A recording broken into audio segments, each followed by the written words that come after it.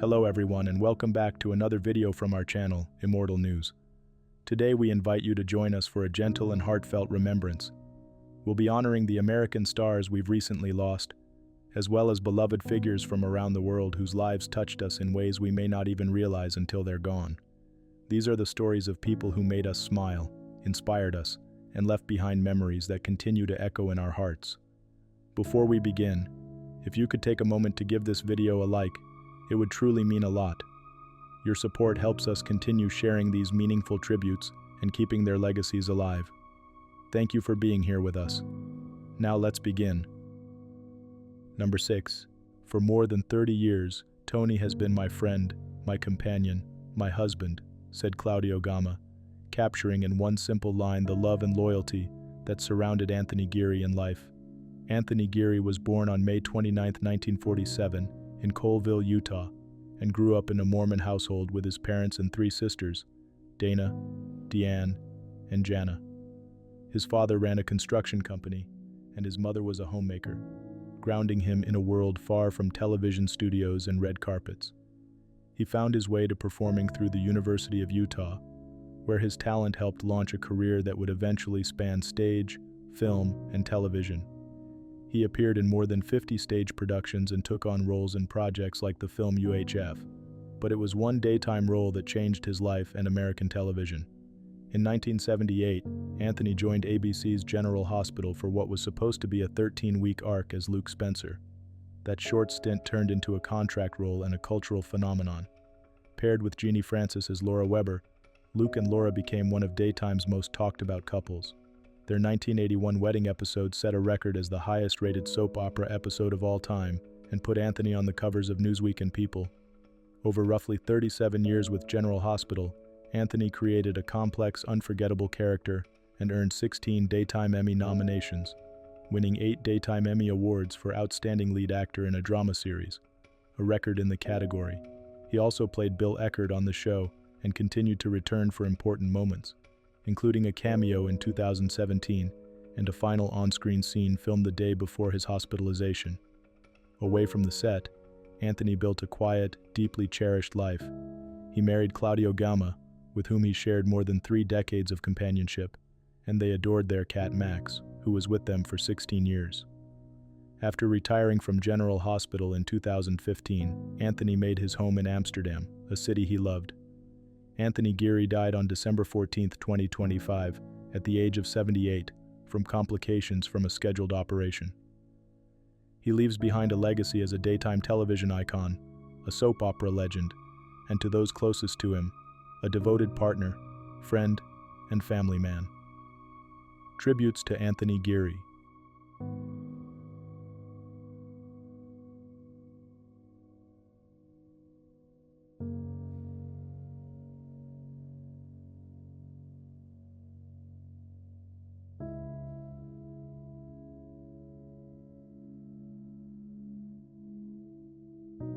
Number 5.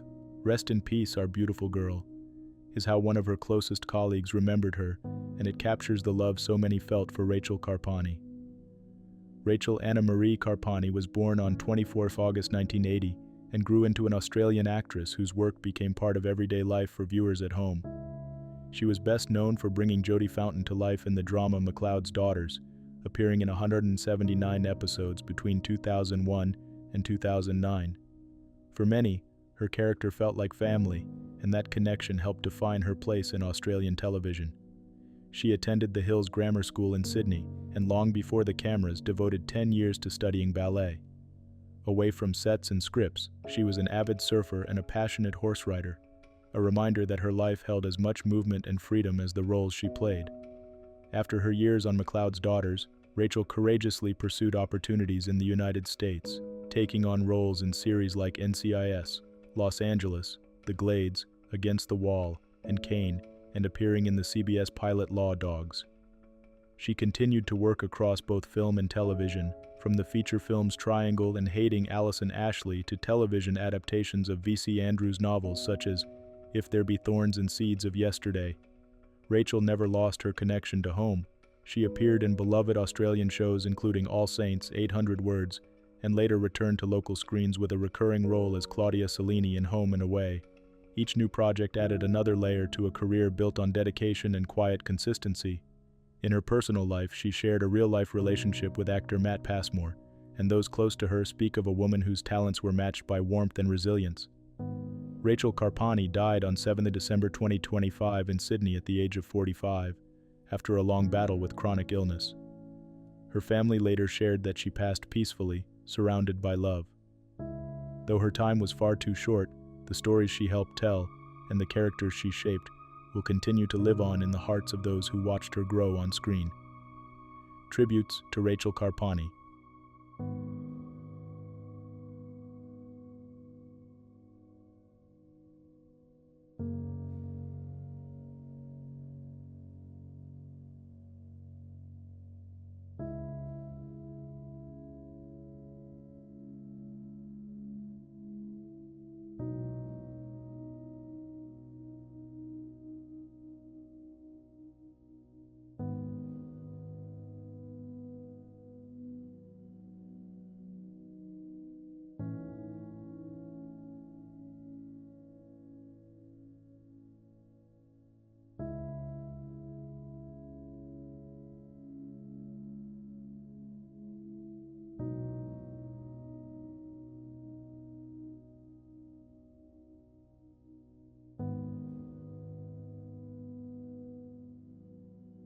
Number 4.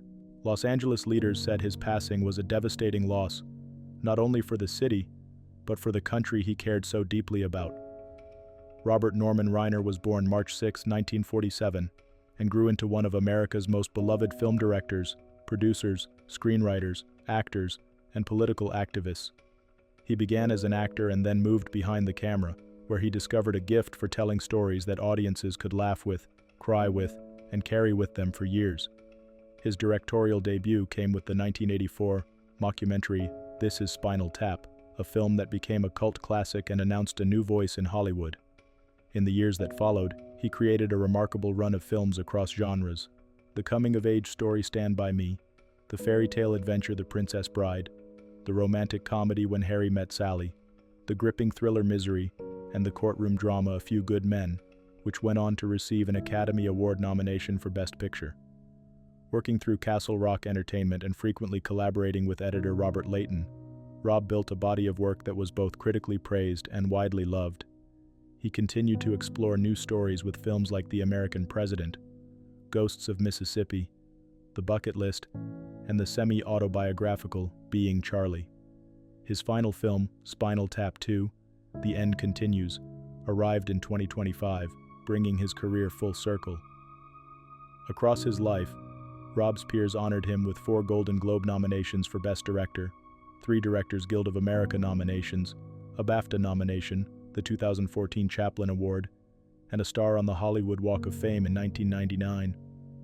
Beyond his films, he was known as a social justice advocate and political voice, using his platform to speak up for children and civil rights.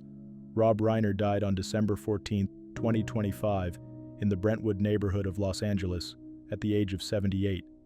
He was found at home with his wife Michelle, who also died that day. The cause was fatal stab wounds. Friends, colleagues, and leaders remembered him as a cultural icon, a filmmaker with boundless empathy, and a man who believed in the goodness of people. His movies, his advocacy, and his example will continue to touch families and inspire storytellers for generations.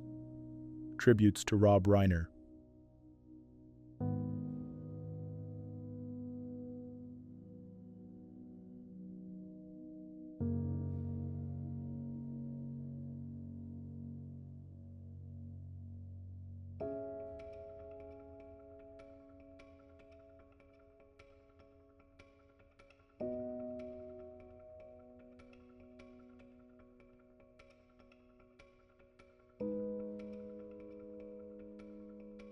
Number 3. With heavy hearts, friends and fellow musicians remember Carlton as a voice that became part of the soundtrack of their lives. Carlton was born on May 21, 1953, in Detroit, Michigan, and grew up to become an American R&B, soul, and funk singer-songwriter. In the 1960s, he started his journey as Little Carlton, recording his first single, I Love True Love for Lando Records in Detroit. He attended Murray Wright High School, and while still young, he was already working with labels like Lando Records and Backbeat Records, releasing early songs such as I Can Feel It and Drop By My Place. His breakthrough came in 1974 with his cover of Robert Knight's Everlasting Love. That single reached the Billboard Hot 100 Top 10 and put him firmly on the path to stardom. In 1981, Carl reached the peak of his commercial success with She's a Bad Mama Jama, She's Built, She's Stacked, written by Leon Haywood. The song became his signature hit, earning a Grammy Award nomination for Best R&B Vocal Performance, Male, and Gold certification. It peaked at number 22 on the US Billboard Hot 100, spent 8 weeks at number 2 on the R&B Soul chart, and helped his album Carlton go gold in 1981. She's a Bad Mama Jama continued to live on far beyond its release. It appeared in films and television shows and was sampled widely in hip-hop and rap, keeping Carl's sound present for new generations of listeners. He also saw success overseas, with the song reaching number 34 on the UK singles chart. For many fans, titles like Bad Mama Jama and Everlasting Love became shorthand for the joyful, groove-filled side of R&B, soul, and funk. In 2019, Carlton suffered a stroke and faced health complications afterward, yet he remained remembered as a performer who toured and kept his music close to the stage and to the people. He died on December 14, 2025 at the age of 72. Loved ones and admirers summed up his journey simply: he fought a long, hard fight in life, and he will be missed. His voice, his songs, and his groove live on every time Everlasting Love or She's a Bad Mama Jama begins to play. Tributes to Carlton.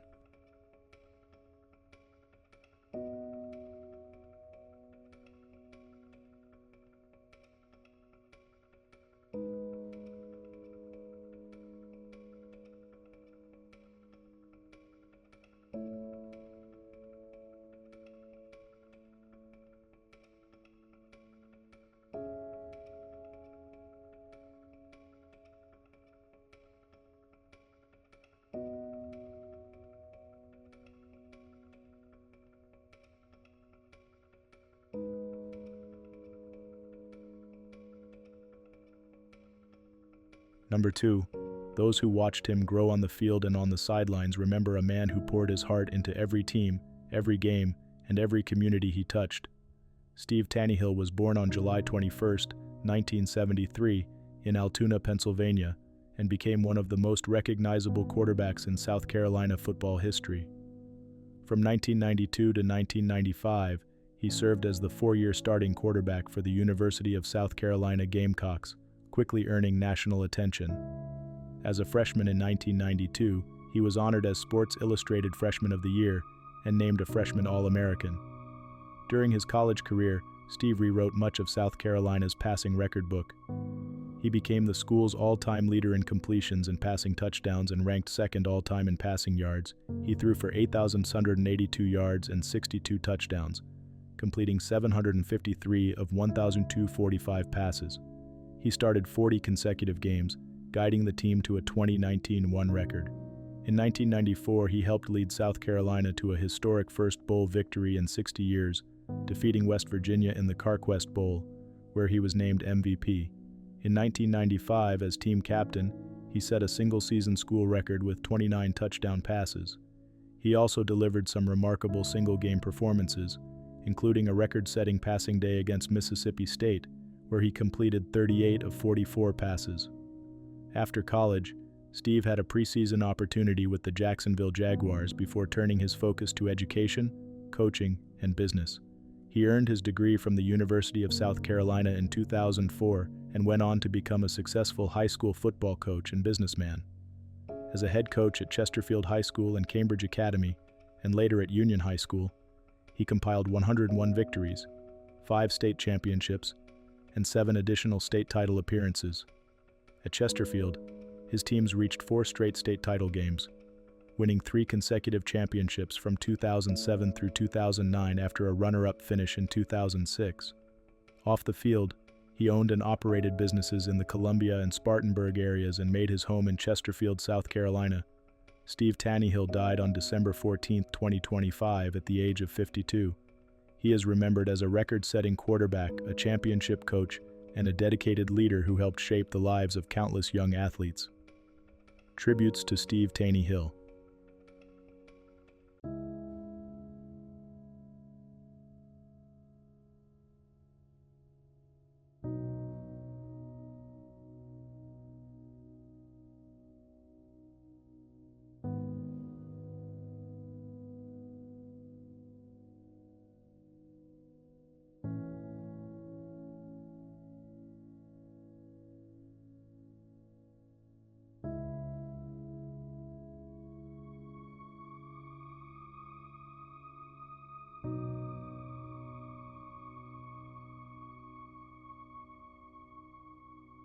What's trending on the internet? News 1. Let's talk about a moment that shook a community in Idaho, and the kindness and courage that emerged in the middle of it all. In Boise, Idaho, at the busy Milwaukee Marketplace shopping center, a U-Haul truck suddenly caught fire in the parking lot on a Monday afternoon, and then exploded. One person, an adult man who was inside the truck, sadly lost his life. Authorities believe he was living in the vehicle. Several nearby cars were damaged, and people in the area said they heard and felt the blast. Police and firefighters rushed to the scene, quickly securing the area and putting out the flames. Investigators say they do not suspect any criminal activity and believe this was an isolated incident. They're now working carefully to understand what went wrong and exactly what caused the fire and explosion. What stands out, though, is how people in the shopping center responded. Witnesses described shoppers and employees immediately moving away from danger, checking on one another and calling for help. Businesses cooperated with first responders, and the parking lot was cleared to make room for emergency vehicles. In the middle of fear and confusion, everyday people showed calm, care, and concern for total strangers. Boise authorities have emphasized that there is no ongoing threat to the public, and they thank the community for staying patient and supportive as they did their work. It's a reminder of how important our first responders are.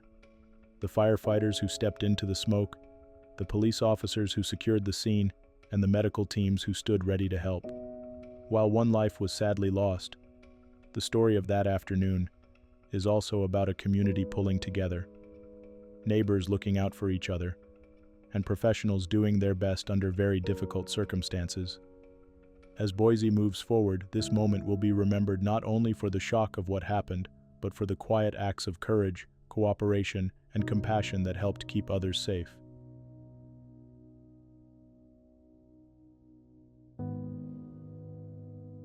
News 2.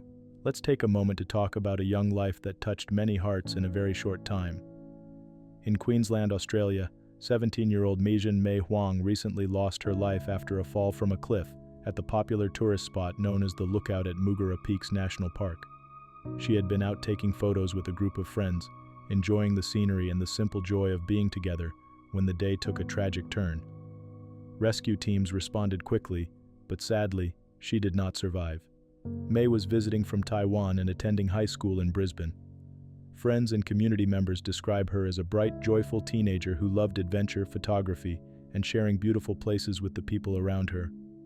She was known for her warm smile, her curiosity about the world, and her excitement about building a future in a new country. Her passing has deeply moved both the local Australian community and people back home in Taiwan. Many are coming together to support her family, offering kind words, prayers, and gestures of comfort as they face the unimaginable loss of a daughter and friend so far from home. Her school community is remembering her with messages, flowers, and quiet moments of reflection, honoring the way she made others feel welcomed and included. Authorities are gently reminding visitors to scenic lookouts and national parks to take extra care around cliffs and rugged terrain, especially when taking photos, so that everyone can enjoy these beautiful spaces safely. It is a message meant not to frighten, but to protect other families from experiencing a similar heartbreak. Even though May's life was heartbreakingly short, those who knew her say she filled it with kindness, laughter, and a sense of wonder. That is how they choose to remember her, as a young woman who embraced new experiences, cherished her friends, and saw beauty everywhere she went. As we think of May today, We can honor her by holding our loved ones a little closer, appreciating the moments we share, and treating every day as the gift it truly is. Her story will be remembered not only for the sadness of her loss, but for the light she brought to the people who were lucky enough to know her. News 3. Some stories remind us just how fragile life is, and how deeply we're all connected, even to people we've never met. In Peru, a terrible bus crash has left at least 16 people dead and many others injured after the vehicle went off a cliff along a winding mountain road. This happened in a remote area of northern Peru, where bus travel is often the main way families, workers, and students get from place to place. Local officials say the bus was carrying dozens of passengers when it left the roadway and fell down a steep slope, leaving behind a heartbreaking scene. Rescue teams, firefighters, and police rushed to the area, navigating narrow, rugged paths to reach survivors.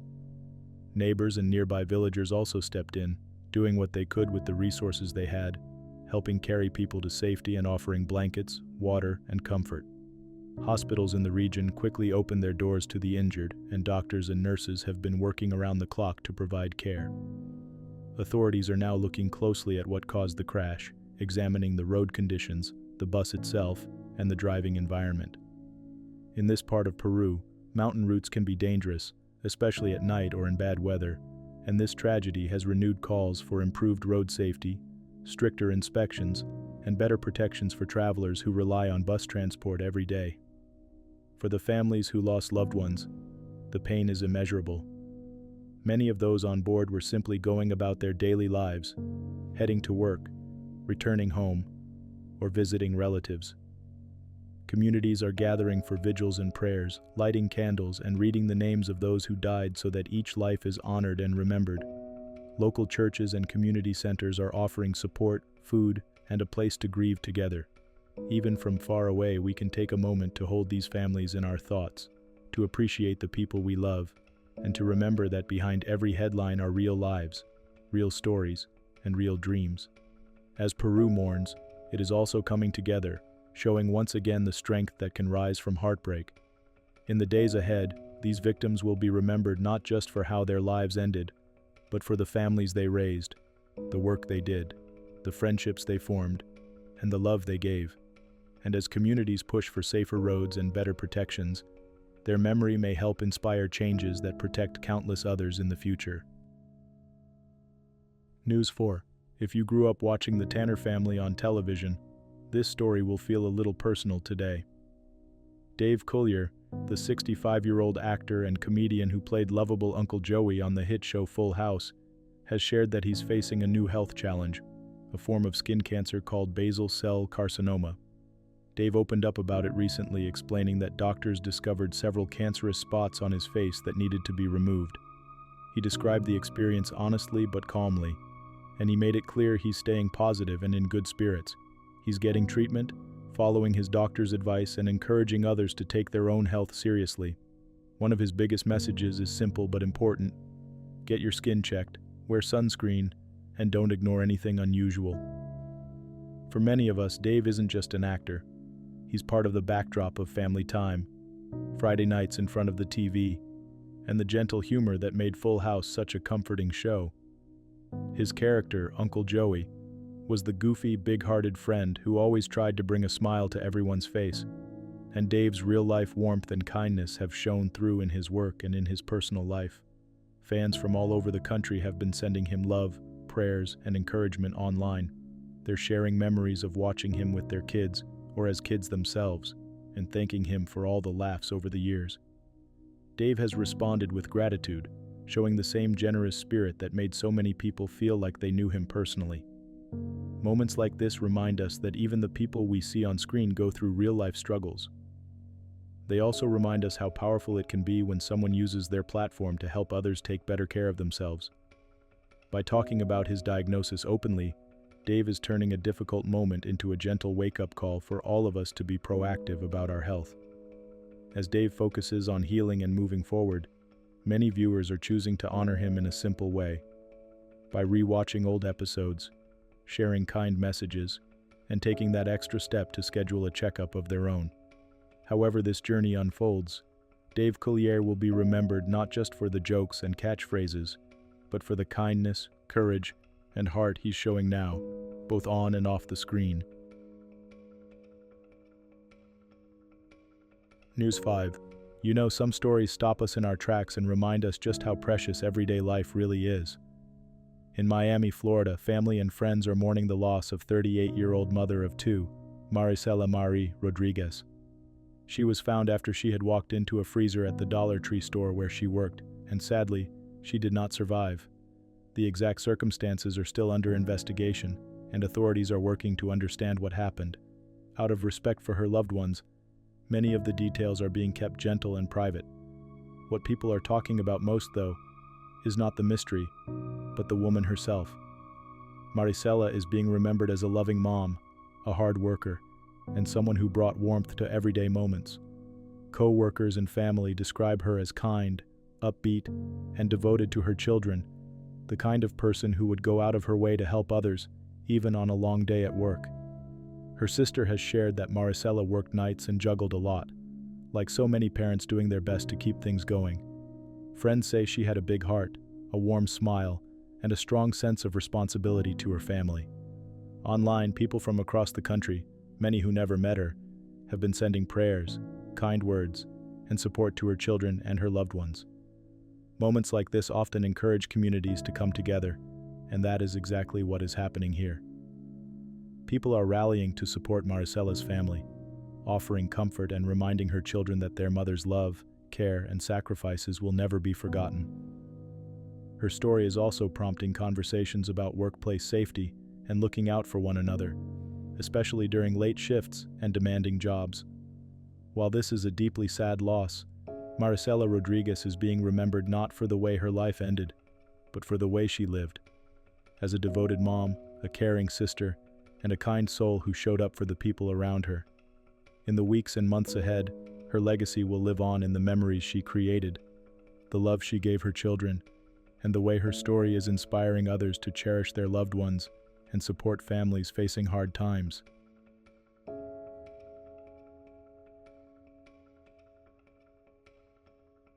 News 6. If you've ever stood on a sidewalk at a small-town Christmas parade, you know it's the volunteers who quietly make the magic happen. In Belton, Texas, one of those everyday heroes was 71-year-old Michael Carpenter, a beloved community volunteer who was helping direct traffic for the annual Christmas parade when he was tragically struck by a car and later passed away. Michael wasn't a police officer or a city worker that night. He was simply a neighbor, a husband, a friend, standing out in the evening air so families could safely enjoy the holiday lights, the marching bands, and the kids waving from floats. He had volunteered for the parade before and was known as the kind of person who showed up when his town needed him. Witnesses say he was doing what he always did, calmly helping drivers, pointing them in the right direction, and keeping people safe.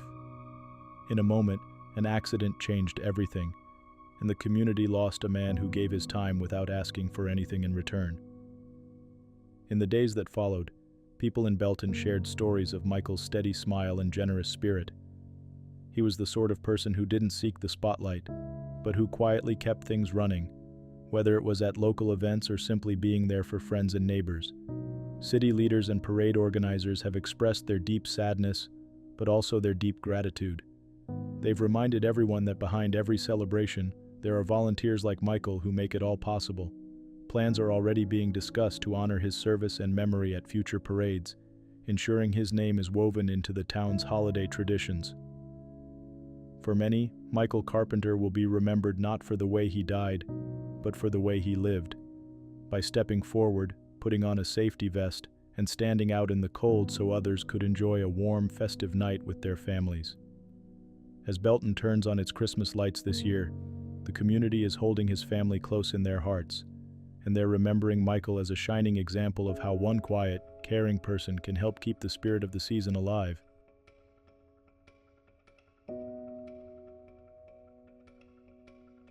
Number 1. Those who crossed paths with Mike White remember a thoughtful leader who believed football could be both brilliant and deeply human.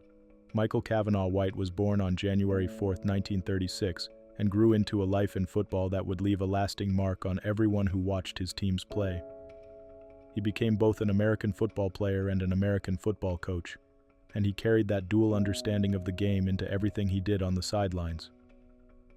As head coach of the Illinois Fighting Illini from 1980 to 1987, Mike White guided the program through a memorable era.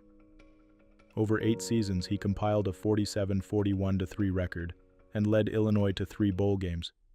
His teams were known for their creativity and confidence, fueled in part by his decision to introduce the West Coast offense to Illinois football. The 1983 season became his signature chapter. That year, he led Illinois to a perfect Big Ten sweep and the Big Ten title, a run that earned the team a place in the Rose Bowl and energized fans across the state. Under his leadership, quarterbacks like Tony Eason and Jack Trudeau grew into standout players, reflecting his gift for teaching and developing talent. Beyond college football, Mike White spent approximately a decade coaching in the NFL, adding another layer to a coaching career that spanned 16 years as a head coach. Through every stop, he was known as a pioneer, a strategist, and someone who believed that new ideas could lift a program to new heights. Michael Cavanaugh White died on December 14, 2025, at the age of 89. He leaves behind a legacy of innovation, courage on 4th and long moments, and a reputation for transforming Illinois football into a modern, exciting force. For fans, former players, and fellow coaches, his story lives on in the memories of packed stadiums, chilly autumn Saturdays, and an offense that dared to do things differently. Tributes to Mike White.